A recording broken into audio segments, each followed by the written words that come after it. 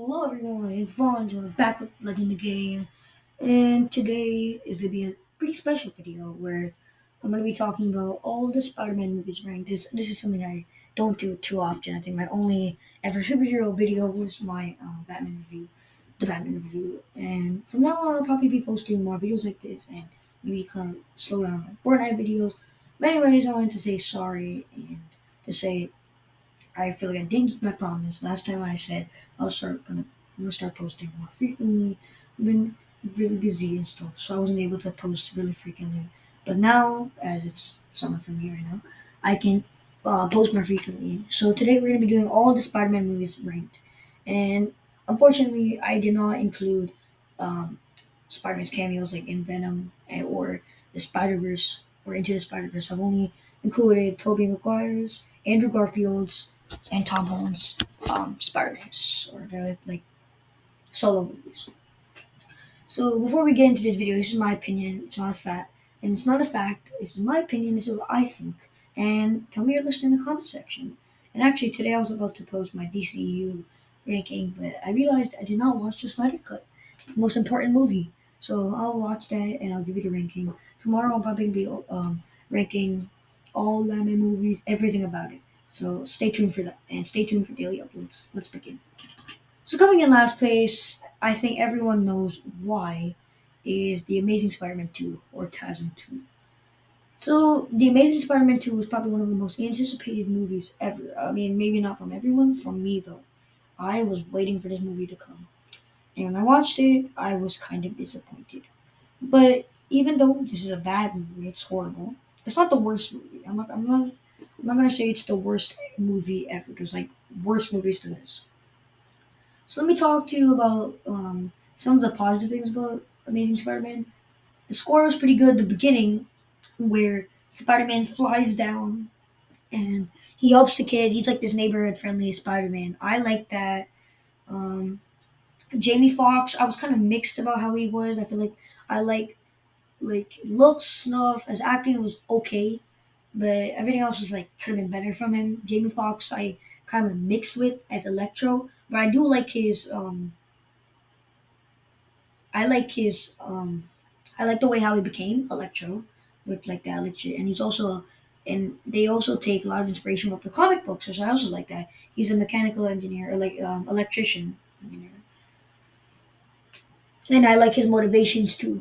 But this is the part where I feel like it could have been better. Also, the action scenes are great. The action scenes in this movie were really good. Okay, so let me get into the negatives, and there's probably gonna be a lot of them. First of all, I wasn't too much of a fan of his suit. I know everyone said it was more like the comic book one. I did not like it at all. I liked more of his the night suit he had in TASM 1 more than this one, but it was okay. And it wasn't that bad, but I still didn't like it that much. Second reason I didn't like this movie was because of Harry Osborn. I like the actor. I forgot his name. I think his name was Han. Yeah, Han was. I was like when he talked about him being the guy. I was like, there's no way this guy will perfectly be Harry Osborn. But I was right, but I was also wrong. I feel like his motivations, Harry Osborn, and man, I don't even think he was suitable to be Green Goblin. There's no way, man. He doesn't look that like suitable, and then his motivations were kind of trash too. I feel like this all could have been.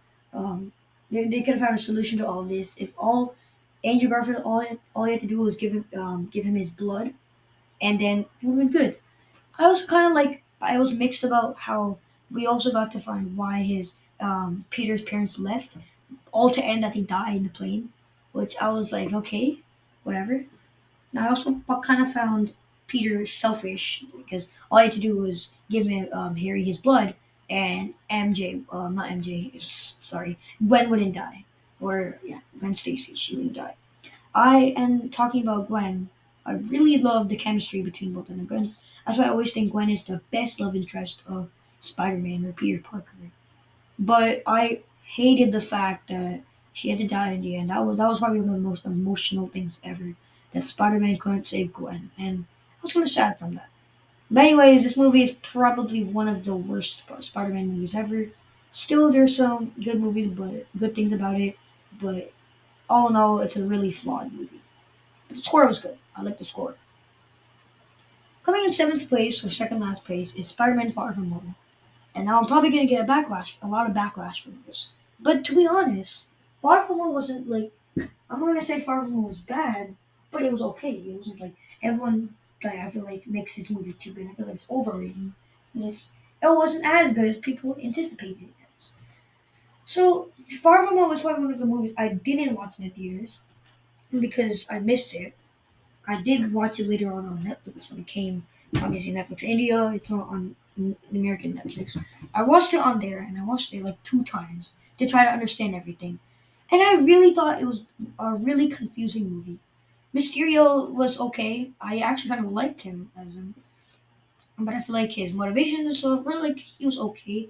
Peter Parker, this whole movie was him going on his trip, and I was confused on why all of a sudden he's like, I like MJ, and I was home, and but I do like their chemistry in the whole movie and how they became from I guess frenemies to in a relationship. And I feel like this is not really a Spider-Man movie. It is like the villains are like okay, and then there's Spider-Man, but it was more not like a Spider-Man movie. Because at the start of the movie, Nick Fury just comes out of nowhere, and you're like, why is he here? This movie was okay. It was obviously really funny. Ned was there. It was really funny. I've always liked Ned and Tom Holland as Peter Parker. That's why I say he's the best Peter Parker. But obviously, this movie is really confusing. All of a sudden, Peter liked MJ. Nick Fury comes out of nowhere. But this movie has one of the best, I think, post-credit scenes where everyone finds out that Spider-Man is Peter Parker. So I don't really have that much to say about this movie. It was funny. It's fun to watch. And I'm not saying it's bad. I'm saying it's really confusing. And it's probably not as good as the other movies ranked higher on this list. Okay, coming in sixth place is Spider-Man 3. And now I feel like I would have rated Spider-Man 3 higher on this list if I had to really think about it. But after thinking about it for some time, I realized that Spider-Man 3 is good, but not as good as the other movies ranked higher. So I'm putting Spider-Man 3 in sixth place. So let's talk about this. Now, I feel like at the beginning of the movie, I thought Spider-Man 3 was kind of boring until all the action scenes came up. Now, I actually feel like I will rank Spider-Man 3 in fourth or third. I really love this movie. But for now, I'm keeping this in sixth place. If I have an updated list, I'm probably going to keep Spider-Man 3 higher on this list. But for now, let's talk about this. The main reason I really didn't think Spider-Man 3 was the best movie, too many villains, and the motivations were like meh.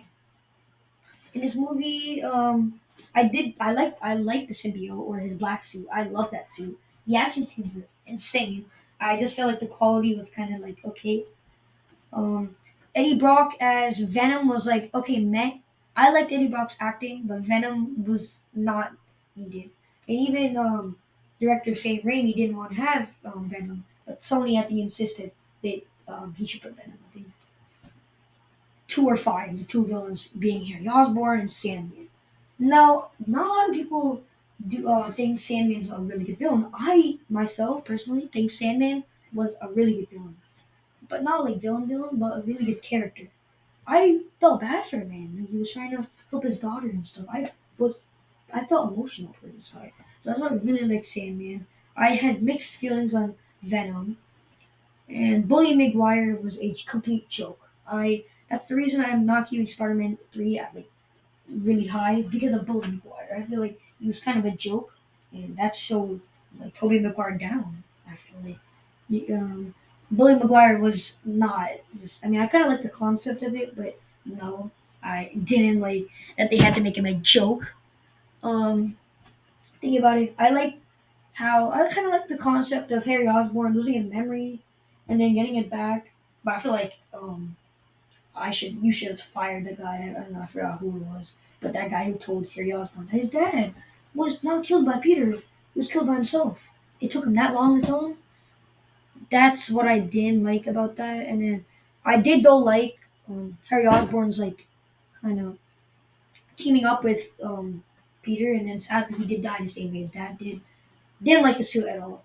And this movie, I love Peter's suits. The black one was amazing. The symbiote one, I loved it. All in all, this movie was really good. I liked it. But if you think about it, it had many flaws. and kinda in some cases disappointing. But I really love this movie. If I make an updated version, I'm probably gonna rank this higher. Next one. Okay, the next movie is TASM 1. TASM 1's in Netflix right now, so I rewatched this like a week or two ago. I watched it like 5 times to understand it. The main Spider-Man introduces Andrew Garfield, and I do like the beginning. I love the chemistry between um, Gwen and Andrew or Peter. I love the suit. The suit in this movie was insane. The night suit. Oh my god. So I feel like the first act where we're getting some development of Dr. Kirk Connors. Love the guy. I loved him in this movie. But I feel like in the second act I didn't like him as much. Let's talk about him. I like the development. In this movie, I liked Aunt May and Uncle Ben.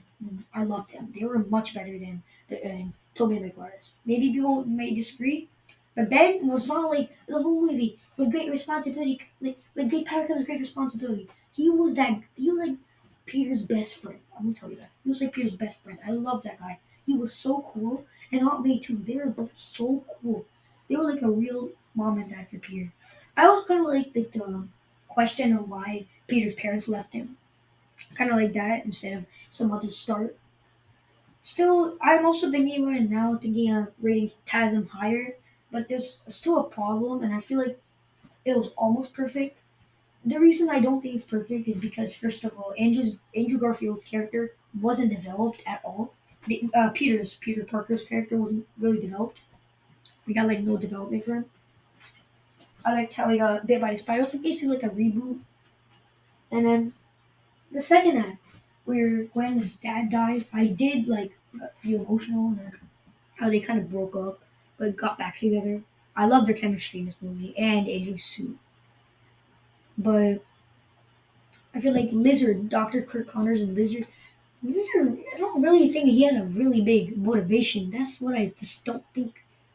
But I like how Lizard was trying to like make everyone else like him and stuff. Lizard, though, I feel like isn't the best villain. He's pretty good, but he's not the best because I feel like he can't really fight, man. Like, I mean, yeah, if Peter is in his hands, yeah, Peter's dead, but he really can't move around and fight. But it was a pretty good villain, and that's why I think Tasm was almost perfect.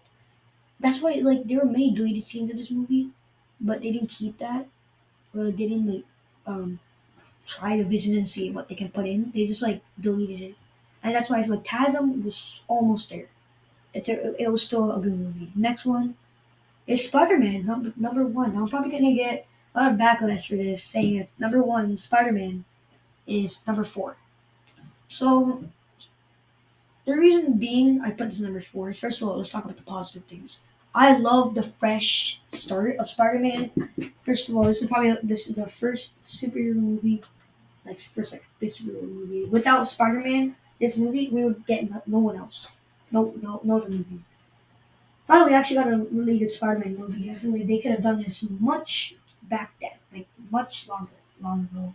But they released this in 2002. This was an anticipated movie since '89, and this is I think the second movie I've ever seen from Spider Man. So let's talk about this. I loved Norman Osborn as Green Goblin. Damn, that guy was great. I loved him.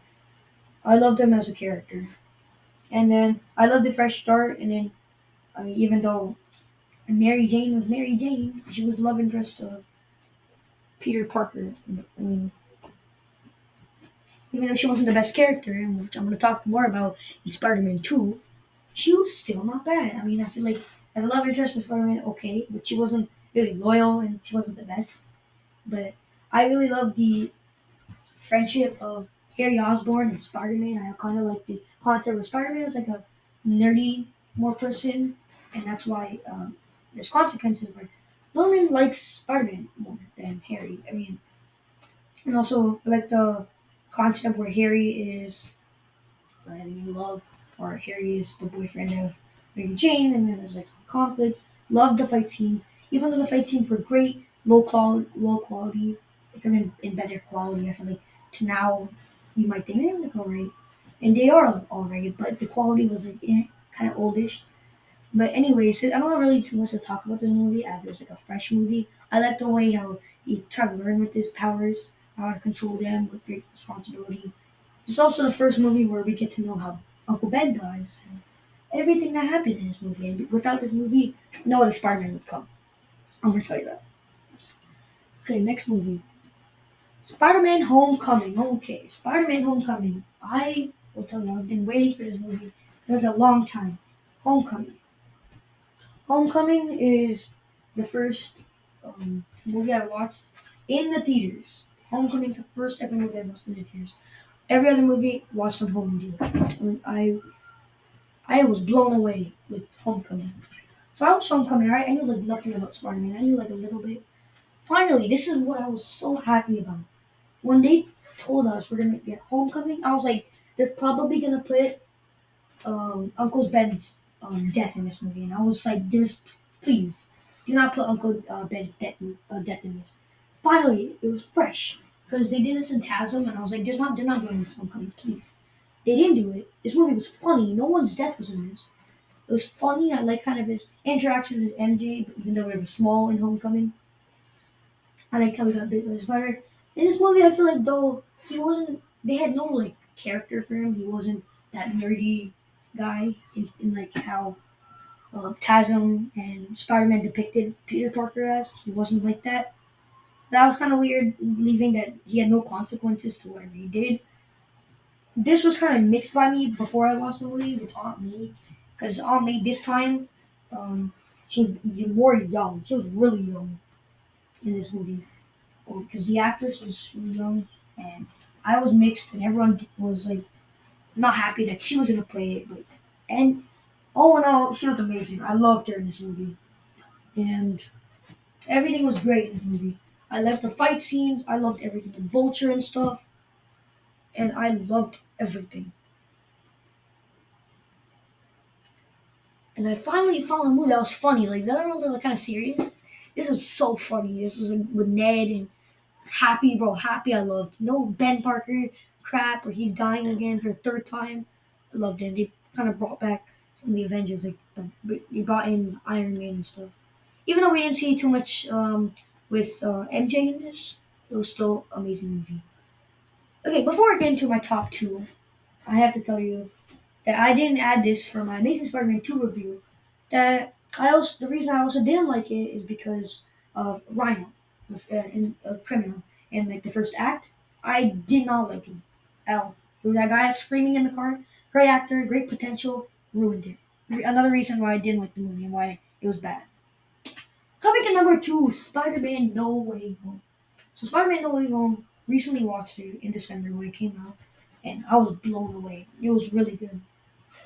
Now, I did say probably a lot of times that I thought it was decent, but if you're thinking about it, all the Spider-Man movies, this is probably one of the best, and I do not think this is the best Spider-Man movie. I feel like there's still a Spider-Man movie ahead of this. But let's talk about the movie. This movie was insane. So we kind of got the events from Far From Home at the end of it, where everyone knows that Spider-Man is Peter Parker.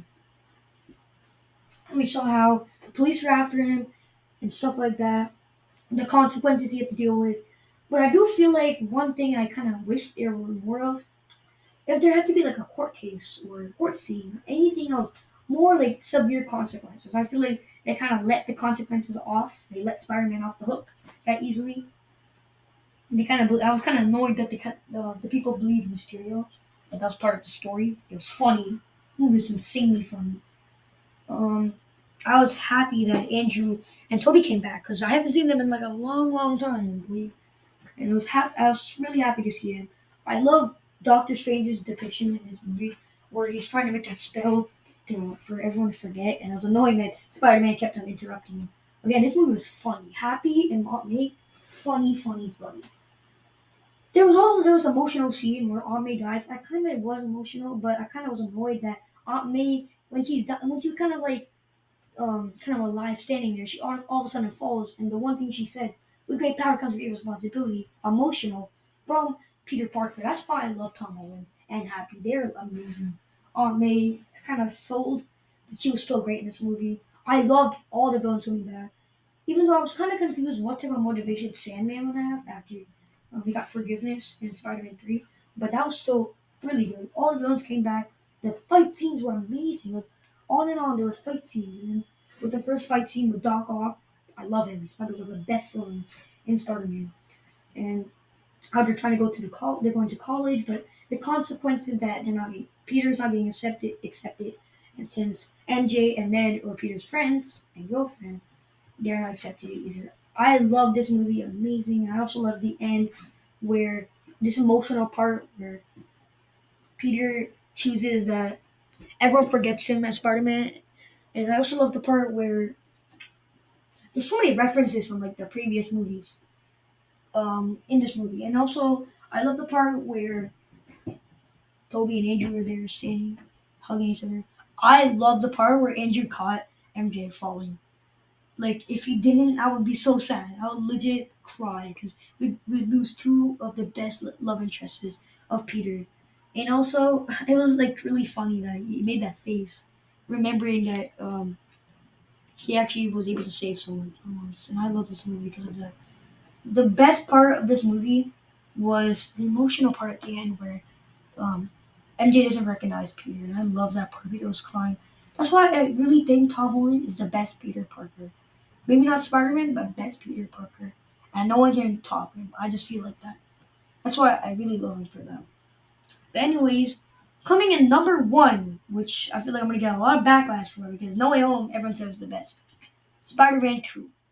Damn, Spider-Man 2 was the first ever Spider-Man movie I've watched.